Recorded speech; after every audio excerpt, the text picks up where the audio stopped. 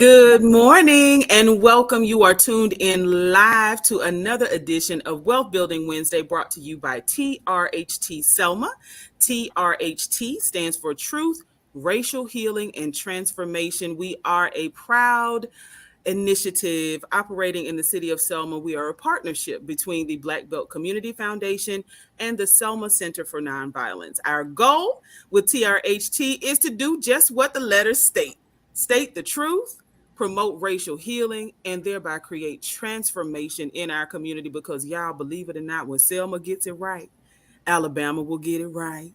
The United States will get it right. We've changed the world twice, in 1865 and in 1965, and we are preparing to do it again.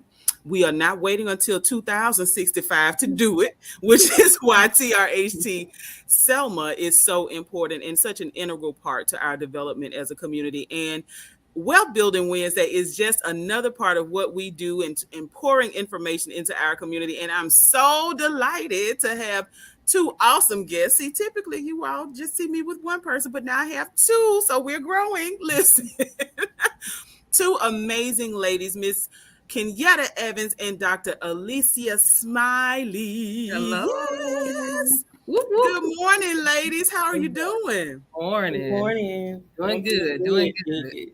Awesome. Welcome to Wealth Building Wednesday. And y'all, in case you haven't realized, we are truly in sync today. We are all in yellow and some gold in some way, shape, or form. So it was just meant to be for us. Listen. So if you are watching live, you can see it. If you are tuned in on the radio broadcast, you are missing it. So go to Facebook or go to YouTube and watch the video so you can see our synchronicity. Right? So, ladies, I want you to take some time, just a few seconds, to introduce yourselves to our viewers so that we can kind of get a hang on what we're going to be talking about today. Well, I'll go first. I'm Alisa Smiley, and I am a native of Selma, Alabama. Graduated from the Selma High School. So glad to be here, and I work with kids in the school system, Selma City Schools. And just an honor to be here. We thank you, Ms. Chapman. Always. And I am Kenyetta Evans. I'm a transplant here. I work also with Dr. Smiley at Selma City Schools, and I work with our scholars. But I'm really enjoying Selma. Yes, and we have a lot to enjoy, and we appreciate you transplanting yourself and blooming where you have been planted. So we are excited, ladies, to dive into an amazing conversation that some folks may not have even thought about, right? And that is the connection between our finances and our families, and especially the impact our finances can have on our children. Right. You all are both mental health professionals. You work with families day in, day out. And particularly with young people. Your careers have been spent working with young people and observing the impact that so many different things, not just finances, but so many different things can have on our babies, right? And so even though some of them, kind of behave like they're grown, they are still our babies. So want to dive straight into the conversation by asking and pointing to the fact that they're really want to know, are there mental health impacts from experiencing or growing up in poverty? Like, is this some sort of myth, or is this a real, are there real mental health impacts from growing up in poverty? I would say yes, there is, because it brings about an uncertainty in that child's life. And what a child needs growing up is that stability.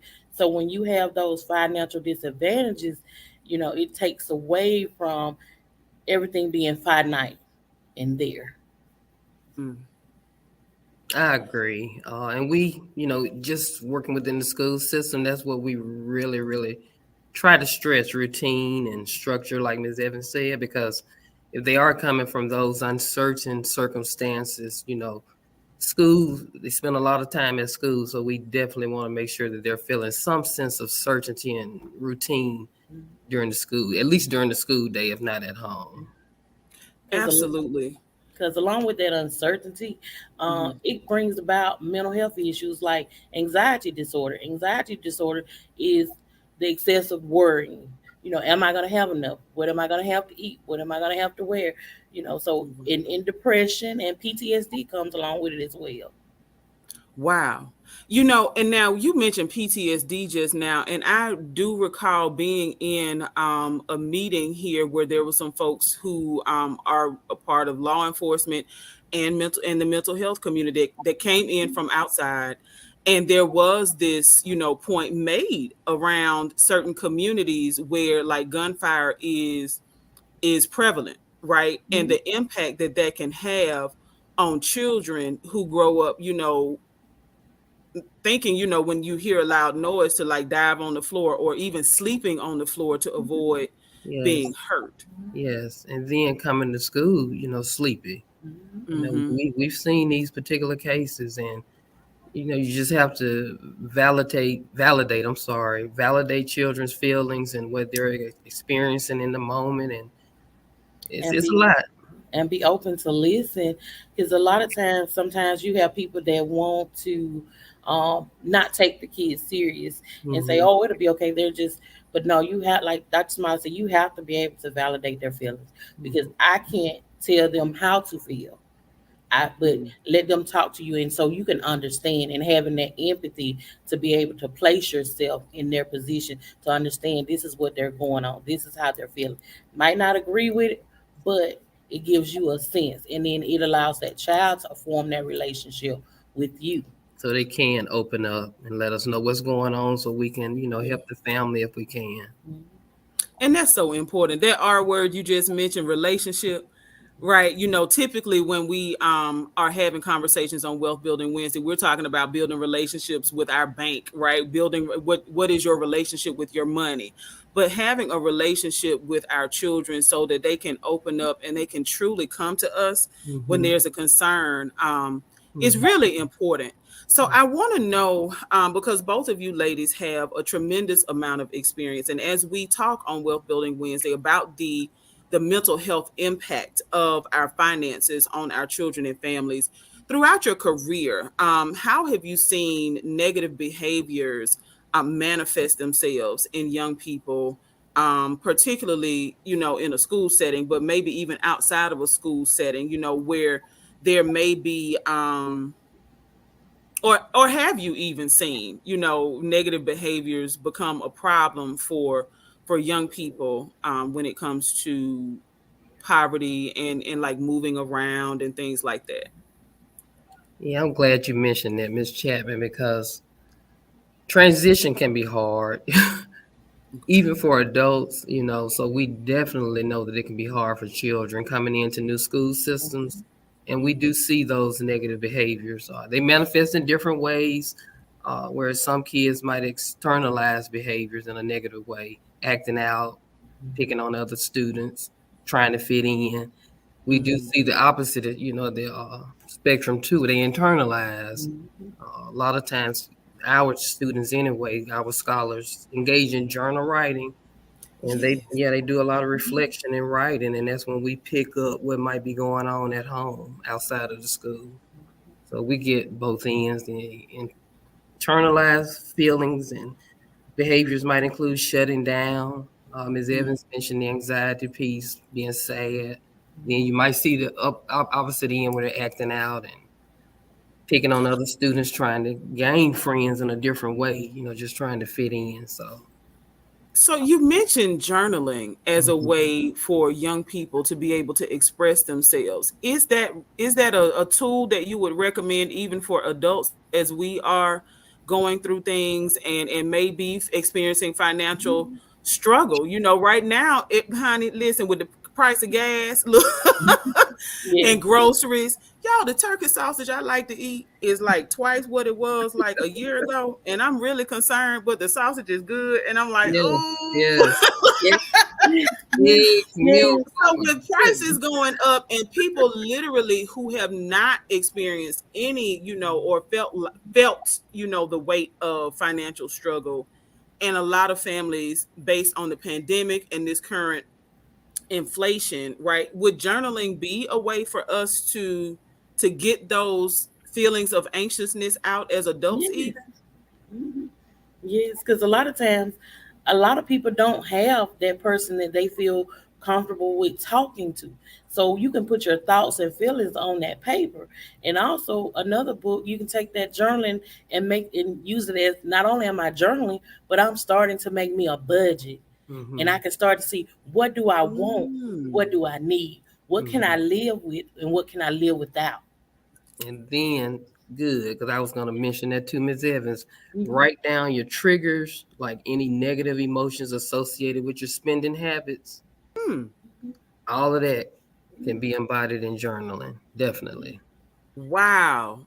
Okay, now. So if you are listening or you're watching live, that's something that we need to take note of, because we have talked about, look, we don't use the B word, budget. Look, we call it a spending plan, honey. Look.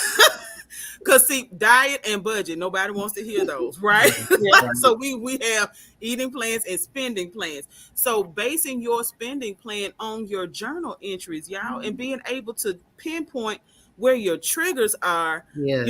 so maybe when you're feeling low and your credit card starts to creep up, it's like, Yes. oh, you know Yes. what? Mhm. Yes. Mm, That's right. It makes it concrete because then you can Yes. see it. Then you can also go back and read what you wrote. okay. So Okay.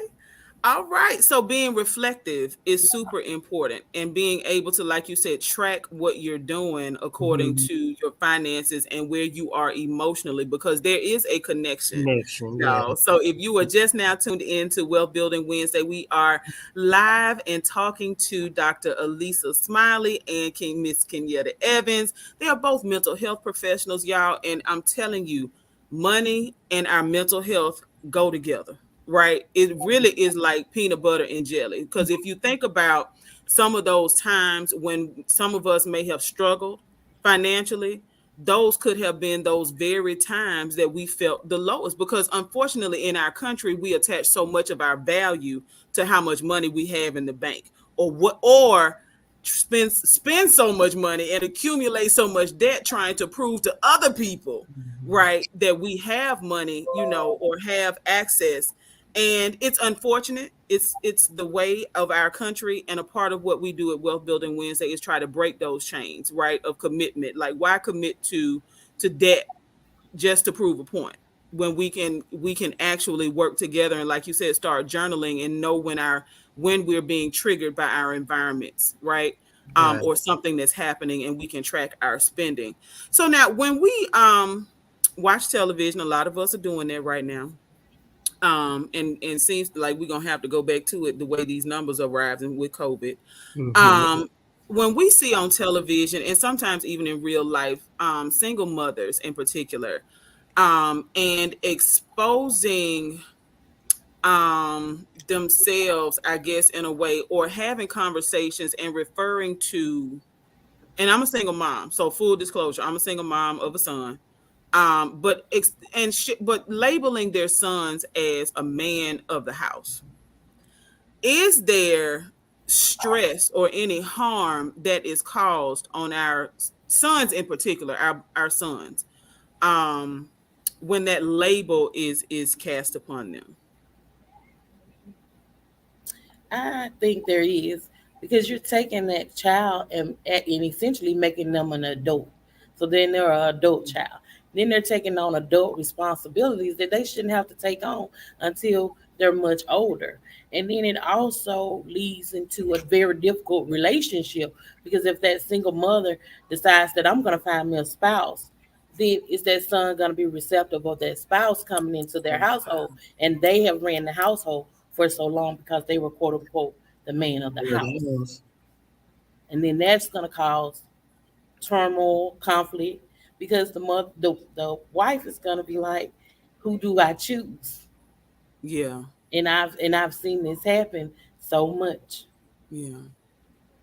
And so when one thing, and I was sharing this earlier when we logged on to do our sound check, that as a single mom, um I've actually told my son, I just committed, to not using that term, because I've seen what has happened with other women that I know that have raised sons, when they've labeled their children because, and I'm glad you said that, Miss Evans, their children as the men of the house, one in particular, very close friend, son started stealing, in order to continue to put forth this image, like to start this image thing, like, I'm in charge, and then eventually started doing some other illegal things, right? He unfortunately graduated to committing other crimes. And that's just one example. And I say that to say, when we mislabel children, right? When we view them in adult situations, like I've told my sons, you will not ever be the man of this house until I'm gone. Like, let's be clear. Okay. So not carrying that weight has really allowed him to be a child. Like he relied, like, I'm the adult, right, in the situation. And not to say that this is anything to I don't want anyone to feel like this is a bashing moment for anyone who has chosen that path. But the observation that Miss Evans has made, and I'm sure that Dr. Smiley would agree, in what your experiences have been, mislabeling children can introduce them to lifestyles and situations that may be well out of their control and out should be outside of their purview as children. Yeah, so I guess you just have to be careful, and I don't even know how to word it.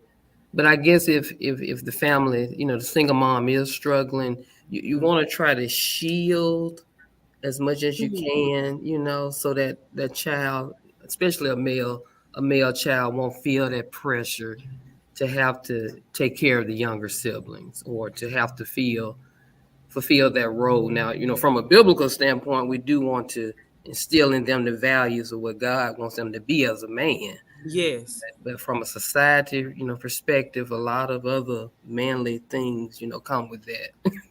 Okay. With that later. Yeah. Absolutely. So now you mentioned the word shield. So what are some strategies that we can use as parents or adults to help limit our children's exposure to financial challenges that we may be experiencing? I guess one would be, to engage in a reflective journal and not have so many open discussions about struggling financially. Mm-hmm. To be able to strategize in a sense where you're explaining the difference between a child's wants versus needs, because that peer pressure is out there for them to keep up with the latest styles and the video games and the PlayStations, and you want to have that age appropriate, I guess, discussion so they can understand what's important at the moment versus what they might want, and then to give them a way to be able to earn what they desire, if it's within the budget. Okay. Now that actually, the idea, and I know it might be a word that some children may be unfamiliar with right now, is allowances, right? When you are doing chores and earning your keep, so to speak. Um, I guess it really can, help young people understand the importance of a hard day's work, right? And that you can be rewarded, you should be rewarded for working. Even reading. I read in a book about 2 years ago the importance of transitioning our young people, especially young Black men, from thinking that their earnings should be based on their bodies, but more so reward their earnings, give them earnings based on their mind, like what they're doing to enhance their learning. Yes. So rewarding our children for reading as opposed to cutting grass, right? Yes. And look, and helping them to turn their grass cutting into a business. That's right. That's Come right. on now. Look. That's right. That's right. That's right. So now what about understanding how to help our children understand wants versus needs, right? When we think about how to introduce that idea, because what if I'm a parent that I've like consistently, whenever we go to Walmart, whenever we, go out of town or whatever, it's like, oh, I want that. Okay, well, oh, I want that. How do we now start to change that? How do we explain wants versus needs? Okay. Miss Evans, I'll let you go first because I'm guilty. Look, you want to keep it real. I'm Yeah, guilty. go I give my stepson pretty much what he wants, but I'm getting better. So, ahead. I have three daughters. So I've always, yeah, three daughters and a Wow. granddaughter. So I have a 22-year-old, 20-year-old, and a soon to be 16-year-old and an 8-month-old granddaughter. So I've had to have honest conversations with them. Okay. So one of the things was I was a I was a teen mom. So I had my two oldest, I was a teen. And so they saw the struggle. And so with them, it wasn't so much as explaining to them, but Mhm. just trying to shield them so much from the struggle. So I have open and honest conversations with them. I let them ask me questions. I let them see me write out the check to pay the light bill, the water bill, the cable bill, the insurance. So I let them see me along the process along the way. And so that now that they're older, they're able to run their own household, and they see that, okay, my middle daughter, she likes to shop, and she loves to shop, but she'll say, okay, I want this, but I know that I have a car note, I know that I have insurance coming Mm. up, so let me take care of my insurance and my car note. And I always stress to them, no matter how big or small your check is, you need to at least save something out of that check, because you never know when there's a hard time. So if that hard time hits, then you'll have a nest egg. But I just have an open and honest dialogue with my babies and let them know, internet is a want, is a want. But mhm, lights and water, that's a need. We can do yeah, without internet, but we can't do without lights and water in the house, especially with this heat going on. Um, Listen. but as they got older, I started letting them just see so that they can see what runs a household, because I didn't want them to get out there and not be financially literate and yeah, just have to learn, because I had to learn the ups and downs of it. But I didn't want that hard road for them. So I stressed to them about the importance of everything. I'm open and honest with them. If I didn't have enough money, I said, I don't have enough money to Okay. get this. So we're gonna put this on the back burner because we can live without this. But Yeah. I can't live without my lights and my water. yeah. Absolutely. And they And so, appreciate the honesty. I'm so glad that you made that comparison, and that you, as they got older, like started to show them more and more, because that can be crippling, right? If you don't know the bills and look and how they work, Mhm.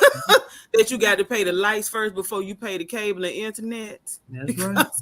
because you can have cable service, but if you That's don't pay right. the light bill, that box does not work, right? So But true. so making sure that those priorities are there, because that's essentially what you instilled and are instilling in your daughters, is prioritization, Mhm. right? Like, what is your priority? Is it a priority to make sure that your car note is paid, right, so that you can get back and forth to work, or to buy those $600 shoes? Hmm. They cute, but they might go on sale, or you might, something. You can wait. It's okay. So now, what about our habits? Because you started to share this as you were talking. How can our attitudes as adults about money and financial responsibility impact our children in the future? Basically, we are our children's first teacher. Before anybody teaches our children anything, we teach them. So they model after us. So as they're growing up, they're gonna watch you. So they're gonna say, okay, mama bought this instead of buying this. So this Mhm. is what I'm gonna do. Something like when I was growing up, my grandmother always brought the name brand items. And so now when I go into the store, I tend to lean towards the name brand items. But over time, I've learned that those off brands are just as good as those name brands. Mm-hmm. So now then I had my kids and they're watching, they're like, okay, even though grandma bought this is just as good. So Mm-hmm. they like I said, they watch you and everything that you do. So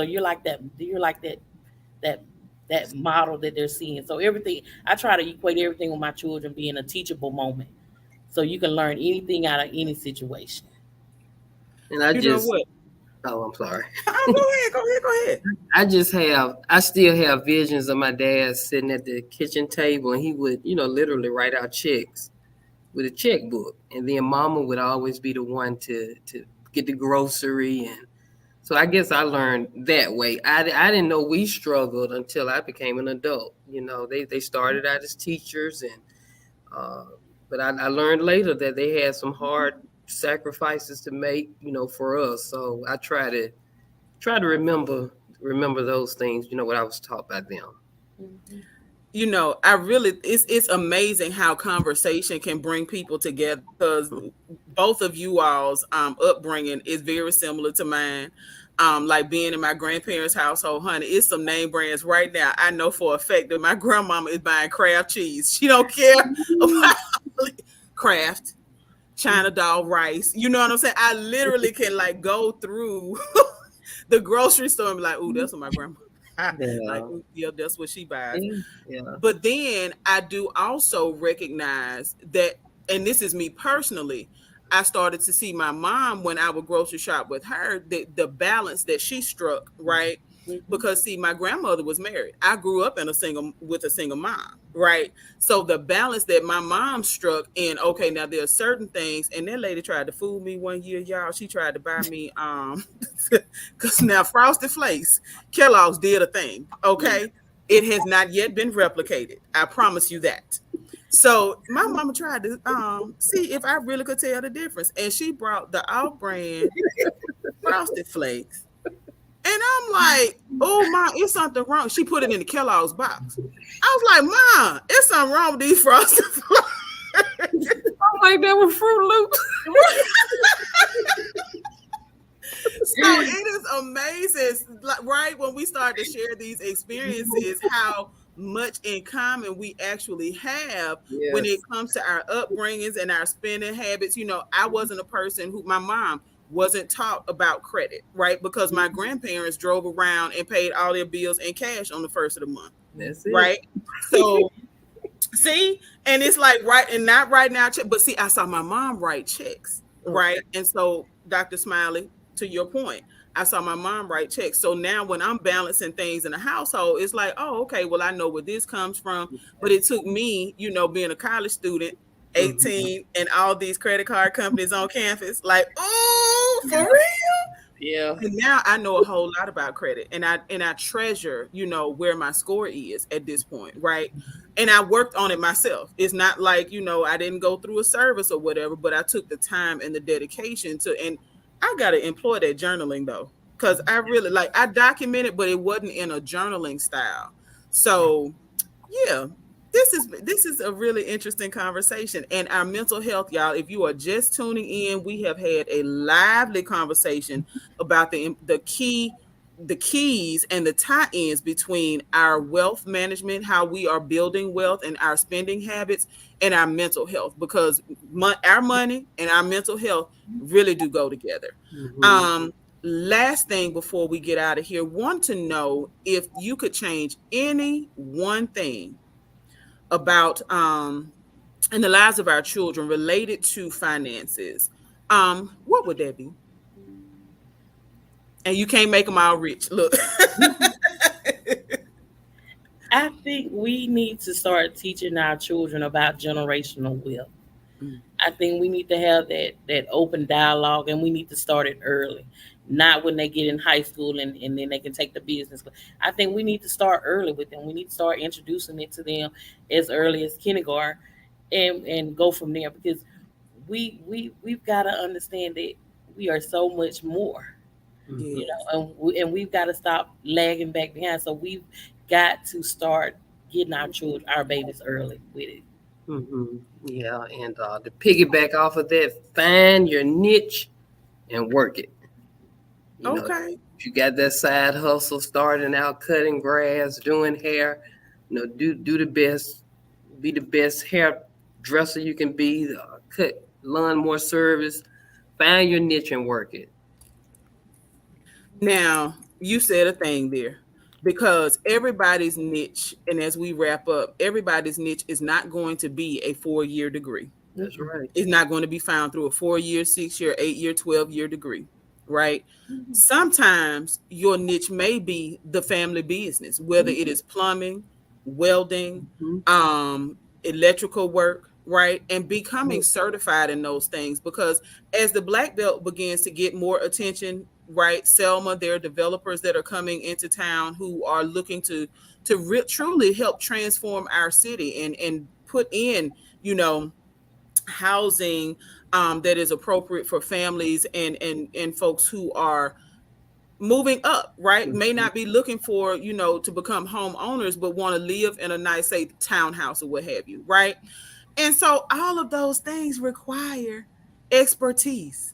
Brick That's, masons, that's right. people who are certified in electrical work and HVAC, right? Heating, ventilation, and air conditioning. Those are recession proof jobs, y'all, because like Miss Evans talked to us about, you're going to have to pay that light bill and that water bill. Let it be. This heat we're experiencing right now, let your plumbing go down and you can't flush that toilet. That's right. We're gonna find a way to pay that plumber, right? So That's right. want to make sure that we're encouraging our young people, our young men especially, to don't think that the be all and end all is that 4-year degree. Your niche, your thing Mm-hmm. may just be something that nobody else is paying attention to. And we've got to encourage our young people to dive off into those career fields, because those, now that's where generational wealth can truly be built, because those are recession proof jobs, y'all. Right. That's Right. right. And we've just got to face facts. And thank you to Miss Tiffany Smith. She said, honey, she said, your gift will make room for you. Now, she said that, and that's so true. So If true. you are gifted in electrical work, if you like figuring things out, Mm-hmm. right? And people keep saying, well, oh, you should be an engineer. It might not be that type of engineer. It may be that you are supposed to be wiring up houses. Mm-hmm. And look at all the homes that are being built across this country and around the world, and wiring up buildings, Mm-hmm. right? Mhm. So that's super, super important. Ladies, I am so delighted that you all have taken time out of your busy schedules to join us here on Wealth Building Wednesday. We have gone over our time, so I will beg forgiveness, look, from our radio partner WBFZZ 105.3, because they do air the audio of our live broadcast. So we are a little bit over, but I'm prayerful that our radio partners will forgive us and air the entirety of this episode, because you all have dropped some real nuggets today. You all have shared some really important facts with us. And I am hoping that you will be willing to join us again on Wealth Building Wednesday. We will. Awesome. Well, y'all enjoy the rest of your day. And if you are just now, like I said, tuning in, go back and watch this, honey, because we have had a time talking about our money and our mental health. Wealth Building Wednesday broadcast every single Wednesday live on Facebook and YouTube, 10 o'clock a.m. until 10:30 Central Standard Time. We look forward to seeing you next Wednesday. Thank you. Thank you.